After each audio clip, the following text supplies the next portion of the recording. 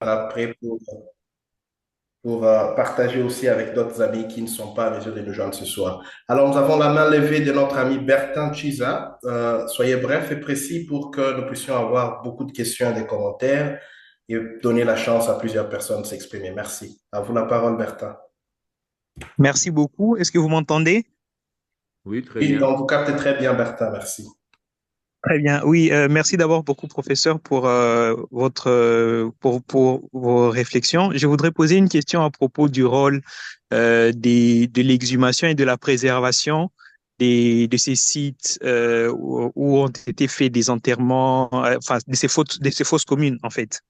Oui. Euh, Dans la mesure où on pourrait envisager ces fausses communes comme moyen de preuve dans le cadre du deuxième mécanisme de la justice transitionnelle qui est la poursuite pénale des auteurs et des personnes qui ont perpétré ces massacres, ne serait-il pas plus efficace du point de vue de la préservation et de la crédibilité des moyens de preuve que ces sites soient tout simplement identifiés et protégés pour peut-être que demain ou après-demain, si jamais on procédait à l'exhumation antérieurement à la mise en place des tribunaux qui pourraient poursuivre ces crimes, qu'on dise non, on est plus sûr de la crédibilité de ces preuves, peut-être que ça a été trafiqué, etc.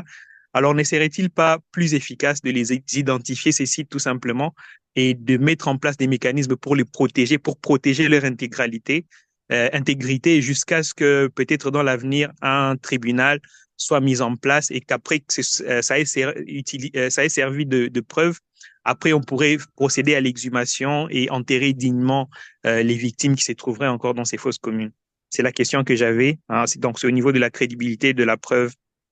Euh, Oui, Merci vous beaucoup. avez, Merci oui, beaucoup, vous Bertrand, avez, pour la question. On prend peut-être encore une autre question pour permettre aussi à d'autres personnes de participer. Je ne sais pas s'il y a quelqu'un d'autre qui veut intervenir. Dans l'entretemps, je vois dans l'onglet des commentaires pas mal de réactions qui ont été déjà faites. Je prends celui de Patrick rapidement.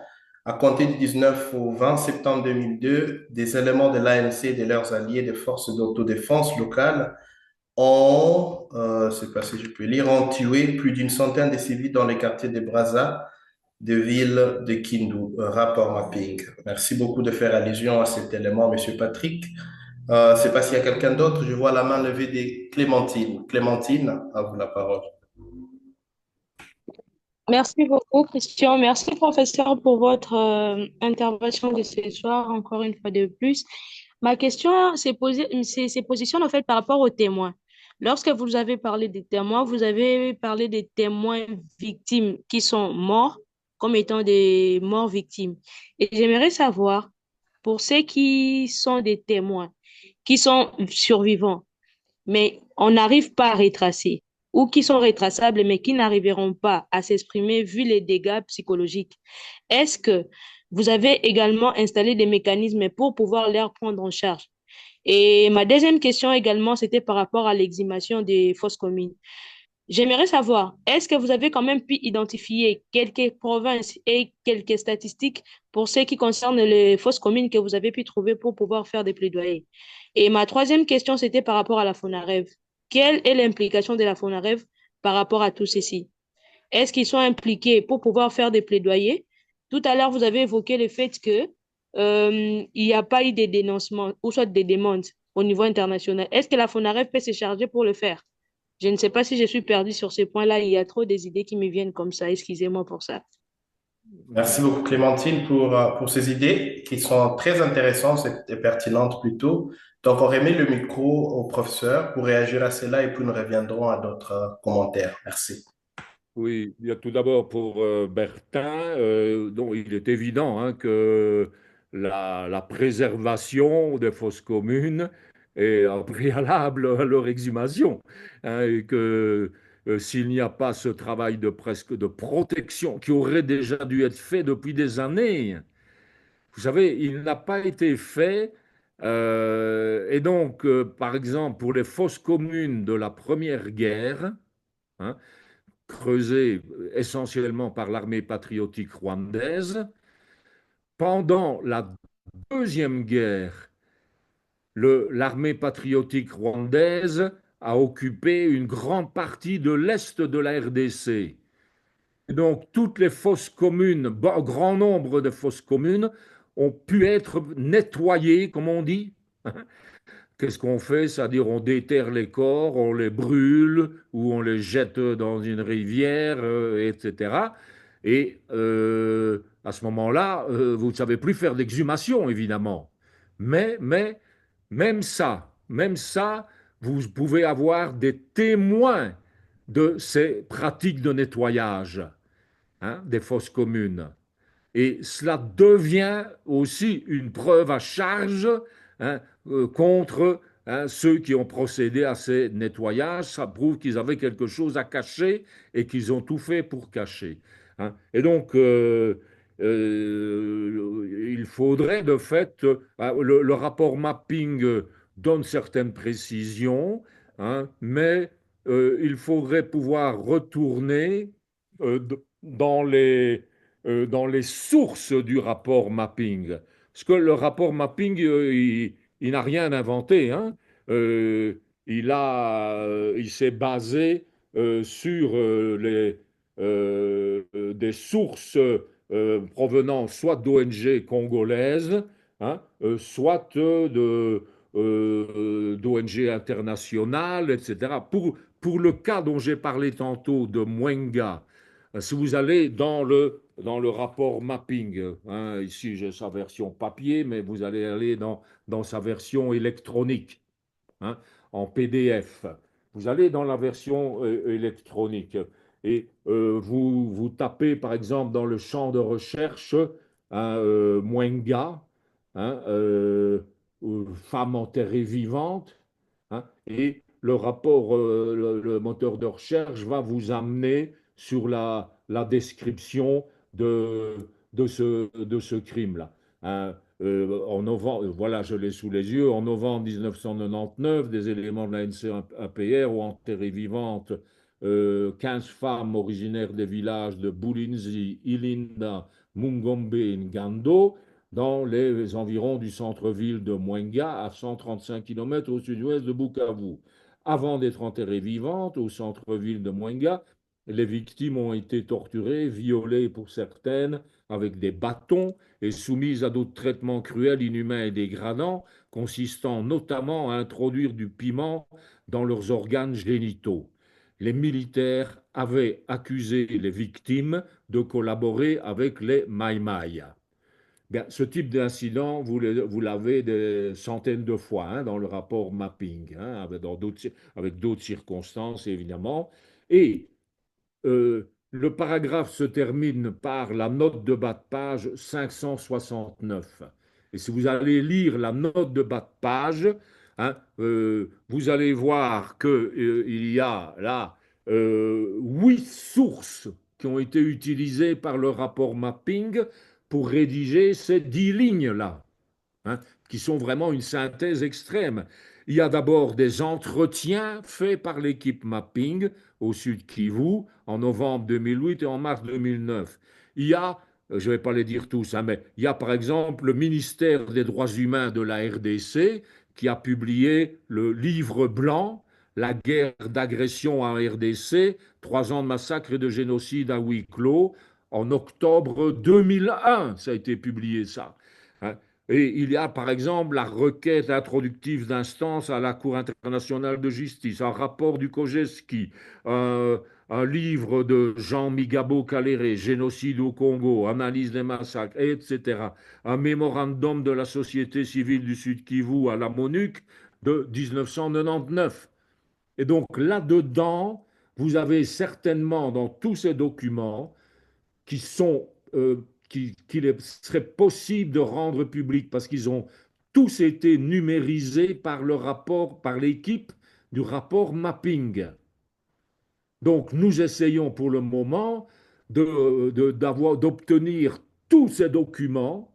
Il y en a plus de 1500, hein, et il va y avoir une bibliothèque numérique, hein, ou un centre de documentation numérique, ou quelqu'un qui s'intéresse par exemple à cet incident, ou un tribunal qui s'intéresse à, à ce massacre-là, hein, il va pouvoir disposer de toutes ces sources, de tous ces documents, dans lesquels il y a probablement des listes des victimes, il y a peut-être même le nom des victimes, il y a peut-être aussi le nom des auteurs, si les victimes pouvaient les connaître, etc.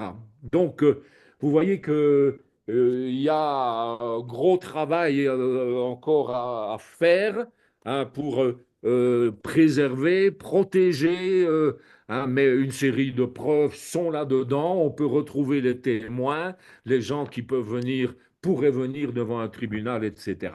Mais la préservation est de fait essentielle. Alors à Clémentine, euh, donc la prise en charge des témoins ou des victimes, hein, disons que sont considérées comme victimes directes, bien sûr, les personnes, par exemple, tuées, hein, mais aussi les proches, hein, de ces victimes, hein. Et puis alors, il y en a d'autres qui sont des victimes indirectes, hein, qui n'ont pas été vraiment strictement liées. Alors, ces personnes-là, par exemple, peut-être que lors de la commémoration à Mwenga, certaines vont dire, oui, je veux bien témoigner.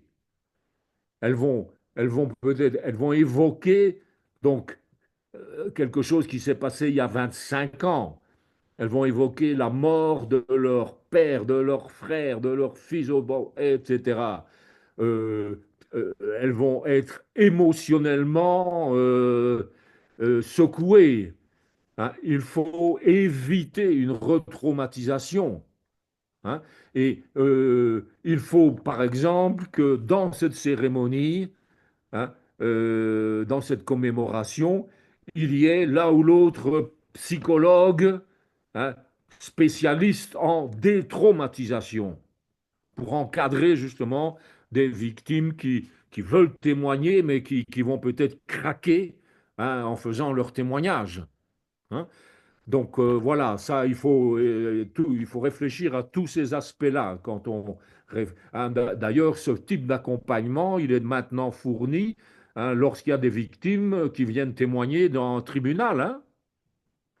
Hein. Il y a, j'ai assisté moi-même évidemment à plusieurs des procès, hein. Il y a maintenant des mesures pour protéger les victimes. Si elles ont peur qu'on les reconnaisse, hein, elles témoignent en étant masquées par une cagoule, hein, etc. Il y a juste dans un petit local à côté une psychologue, hein, pour les accueillir, les prendre en charge, etc. Alors l'identification, hein, donc l'identification des fosses communes, c'est ça, c'est pour je pense, hein, c'était l'identification des fosses communes. Elle est en partie faite par le rapport mapping, hein, mais aussi évidemment les personnes qui vivent encore là-bas, dans tous ces endroits où se sont produits des massacres, hein, la plupart du temps, ils savent où se trouvent les fosses communes, hein. Et il y a même eu, on a parfois recueilli des témoignages des gens qui maintenant disent, oui, on est venu nettoyer la fosse commune après, hein, mais elle se trouvait à tel endroit, derrière l'église, ou, etc. Ou alors les corps ont été jetés assez fréquemment dans des latrines, parce que alors là, il ne fallait pas creuser le trou, hein, était déjà là, hein, et on y jetait les corps des victimes. Alors, l'implication de la FONAREF, du FONAREF, hein, du Fonds national, bon, moi-même, j'ai beaucoup de doutes sur ce qui a été fait par le gouvernement et le Parlement en matière de réparation, hein, notamment la création de cet organisme et d'ailleurs d'un deuxième qui s'appelle le FRIVAO, hein, qui s'occupe normalement des réparations qui doivent être fournies, qui sont fournies normalement par l'Ouganda. Alors, moi, le FONAREF, nous avions, avec notre collectif là, mémorial, formulé, au moment où la loi a été discutée, une série d'amendements, de recommandations. Et notamment le fait que ce FONAREF ne devait pas être un établissement public. Point à la ligne. Hein. Pourquoi? Un établissement public, c'est un État qui dépend directement du gouvernement. Ce n'est pas un organisme indépendant. Hein. Il aurait fallu que au sein du conseil d'administration, si on veut, hein, de cet établissement public, il y ait plusieurs composantes, et notamment des délégués de la société civile et des délégués des organisations de victimes, hein, et pourquoi pas des délégués spécialistes de la question, hein, qui ont traité le problème des réparations pour les victimes dans d'autres pays et qui peuvent faire bénéficier de leur expérience. Tout ça a été rejeté, n'a pas été pris en compte. Il y a d'ailleurs plusieurs autres critiques. Euh, et donc, et alors il y a le problème du financement. Bon, vous avez un fonds de réparation des victimes, mais s'il n'y a pas d'argent dans le fonds, ou pire, si l'argent qui arrive dans le fonds ou qui arrive pour les réparations est détourné et va dans la poche, comme ça arrive quand même malheureusement trop souvent, de ceux qui dirigent, etc., ben voilà, cet organisme-là risque de ne pouvoir rien faire de très valable. Hein. Alors je vous donne un exemple concret. Il y a eu un seul tribunal, hein, aujourd'hui, et c'est le plus grand tribunal international qui existe, c'est la Cour internationale de justice, qui est à La Haye, qui est, si on veut, un tribunal des Nations Unies, devant lequel un État peut poursuivre un autre État, y compris donc, par exemple, pour un crime d'agression, hein, ou par exemple pour avoir justement, lors de cette agression, hein, violé le droit international humanitaire, commis des dommages, dommages aux personnes, dommages aux biens, etc. Eh bien, la Cour internationale de justice qui siège à La Haye, la RDC a introduit une requête contre l'Ouganda pour obtenir réparation pour, hein, les dommages causés lors de l'agression, hein, de la RDC par l'Ouganda et les dommages conséquents, comme je l'ai dit, aux personnes, aux biens, à l'environnement, etc. En 2002, hein, cette cour a condamné l'Ouganda. Hein. Les juristes pourront aller rechercher le jugement donc, hein, de la Cour internationale de justice. Bon, il a fallu attendre 2020, je crois, enfin, je ne suis plus sûr de la date, mais plus de 15 ans, hein, parce que les deux parties ne se sont pas entendues sur les réparations, le, le montant des réparations, à l'amiable en quelque sorte. D'où c'est seulement 15 ans plus tard, hein, ou plus de 15 ans, que la Cour internationale de justice alors a à nouveau statué et a octroyé 325 millions de dollars à payer par l'Ouganda en 5 tranches de 65 millions, hein, euh, à payer donc à la RDC.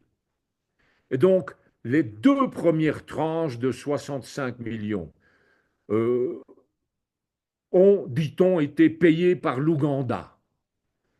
Mais personne ne sait où sont ces 130 millions. Hein. On dit, ah, ils ont été mis sur un compte, etc. D'autres disent, hein, que les 120 millions ont été retournés à l'Ouganda, à une société de fabrication, de construction des routes, pour construire des routes entre la route nationale hein, qui traverse le Nord Kivu jusqu'en Litouri, et pour mettre des routes perpendiculaires qui vont vers l'Ouganda. Et donc, en réalité, les victimes n'ont rien reçu. Ou la réparation, c'est soi-disant faire des routes qui vont profiter aux victimes. En réalité, elles profitent surtout à la firme, hein, à la société qui a reçu l'argent, hein, et l'Ouganda construit des routes qui vont profiter à son commerce avec la RDC et éventuellement au pillage des ressources de la RDC vers l'Ouganda. Alors vous voyez, quand les réparations ben, sont traitées comme ça, hein, d'ailleurs, cette semaine, l'ancienne direction du FONAREF a été virée. Je ne sais pas pourquoi. Une nouvelle a été nommée. Personne ne sait pourquoi, hein. Donc, toutes ces questions de réparation se font dans une opacité totale, dans une absence de transparence totale, hein. Et donc, voilà, moi, l'implication du FONAREF, tant qu'on n'a pas une assurance de plus grande transparence, je préfère ne pas les voir intervenir, hein. Et il faut savoir que la question des réparations est extrêmement difficile. Elle a été rendue aussi de plus difficile par le fait que euh, un certain nombre de gens crient des millions de morts, des millions de victimes, hein, sans faire reposer ça sur des bases sérieuses. Ça a commencé en parlant de quelques centaines de milliers, sur base d'une étude qu'avait faite une ONG américaine, l'IRC, comparant la mortalité dans les territoires et dans les zones de santé qui avaient connu la guerre, hein, et les taux de mortalité dans les zones qui avaient été épargnées par la guerre, hein. Et ils ont sorti des chiffres plus ou moins fiables, mais après ça, on est passé à 3 millions, puis 6 millions, puis 9 millions, puis 12 millions. Maintenant, je lis parfois des trucs 15 millions. Parce que les gens croient qu'il suffit de citer des chiffres astronomiques pour convaincre la communauté internationale d'intervenir. À mon avis, c'est totalement contre-productif et c'est l'effet contraire qui est obtenu. C'est-à-dire que la communauté, enfin, ou les États là, de la communauté internationale disent ces gens ne sont pas sérieux, ils citent des chiffres n'importe lesquels, hein, donc ils racontent n'importe quoi, donc on ne va pas les aider. Bon, voilà, hein, et il faut bien se rendre compte qu'en RDC, vu le niveau de misère absolu de la population, hein, euh, tout le monde se dit victime, hein. Et si un organisme débarque quelque part, par exemple à Kisangani, il y a eu des bagarres extrêmes, hein, parce que les gens disaient, les uns disaient, moi je suis victime, hein, et d'autres disaient, non, non, lui n'a jamais été victime. Et donc les victimes commençaient à s'entre-déchirer, enfin, les vraies et les fausses, ou peut-être parfois même deux vraies. Voilà. Donc, les réparations, moi, de fait, les gens, les corps, les restes qu'on sortirait des fosses communes et qu'on rend à des familles, là, vous avez la certitude que la famille a été victime, a perdu, hein, et qu'elle, c'est avec assurance qu'on peut lui donner, par exemple, une indemnité, hein, des dommages et intérêts, enfin, etc. Euh, ou si vraiment dans un village, il y a une partie de victimes dont on sait clairement les identifier et d'autres pour lesquelles il y a des doutes, vous pouvez procéder en octroyant des réparations, par exemple, collectives, hein. S'il n'y a pas de centre de santé dans le village, vous construisez un centre de santé qui va servir à tout le monde.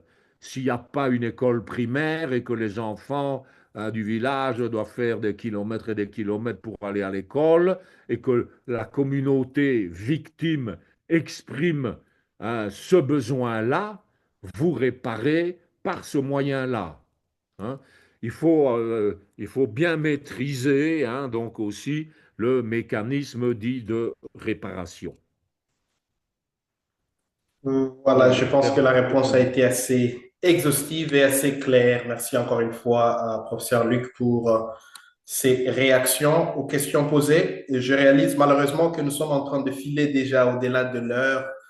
C'est Hein. sûr qu'il y a un intérêt pour cette conversation. Nous espérons que nous allons la continuer. C'est juste un début. J'espère bien que le professeur Luc ne sera pas fatigué si prochainement on l'invite pour poursuivre certaines de ces questions qui ont été débattues. Certainement qu'il y a d'autres dans la salle. J'aimerais juste rentrer dans l'onglet de commentaires pour relire un tout petit peu certains points qui ont été posés. Je vois le docteur Dirk Chaka qui a posé la question.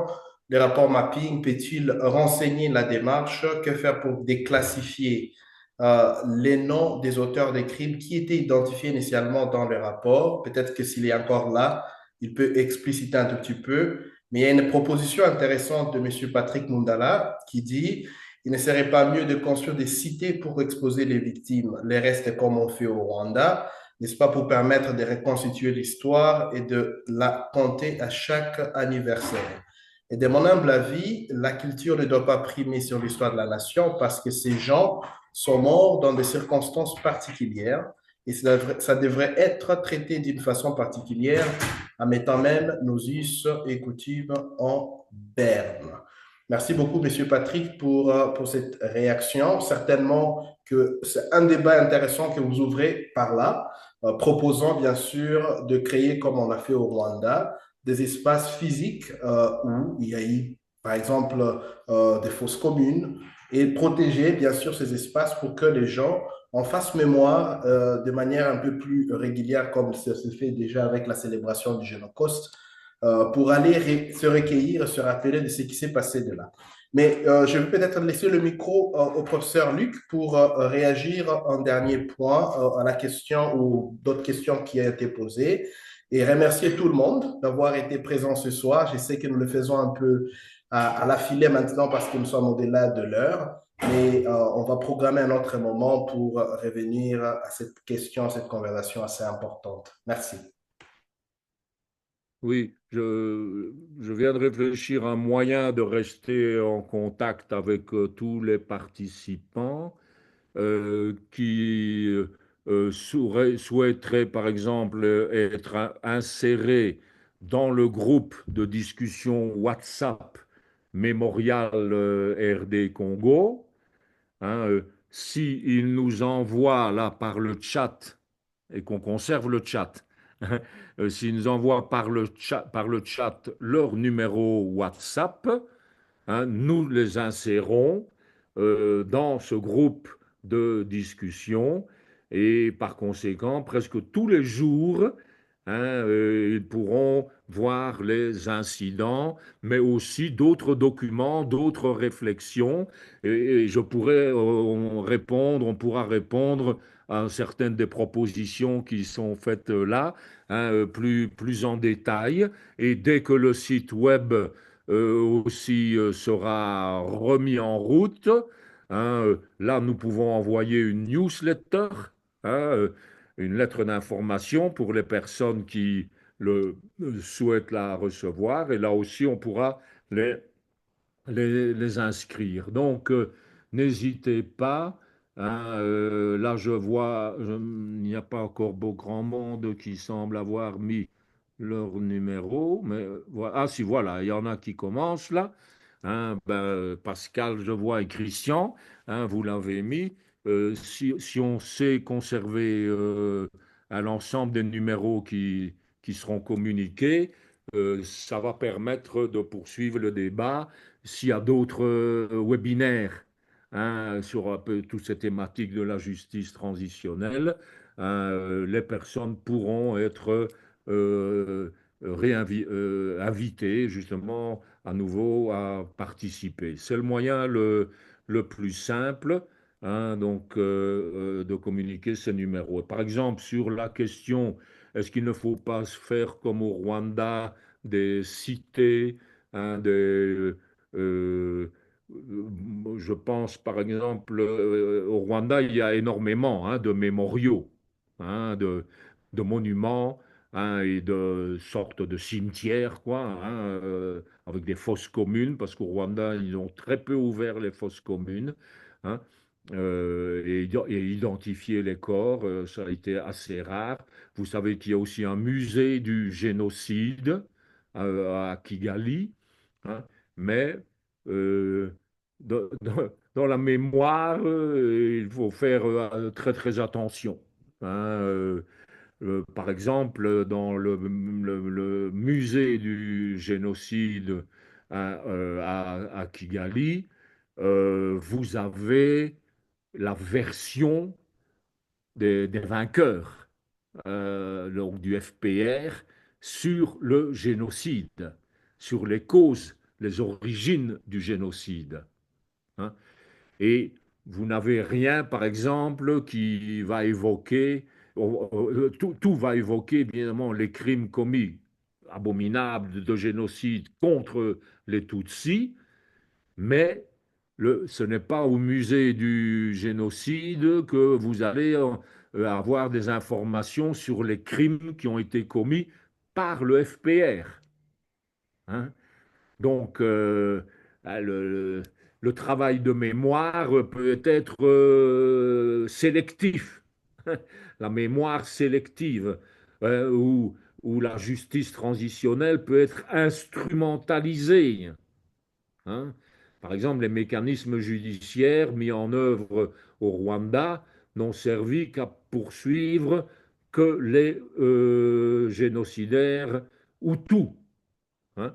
Alors que, par exemple, le tribunal pénal international pour le Rwanda avait dans son mandat hein, la possibilité d'enquêter sur les crimes commis par les Tutsis du FPR. Et le tribunal a été empêché de faire ces poursuites-là, etc. Donc, vous voyez, il y a beaucoup de questions qui mériteraient hein, d'être approfondies.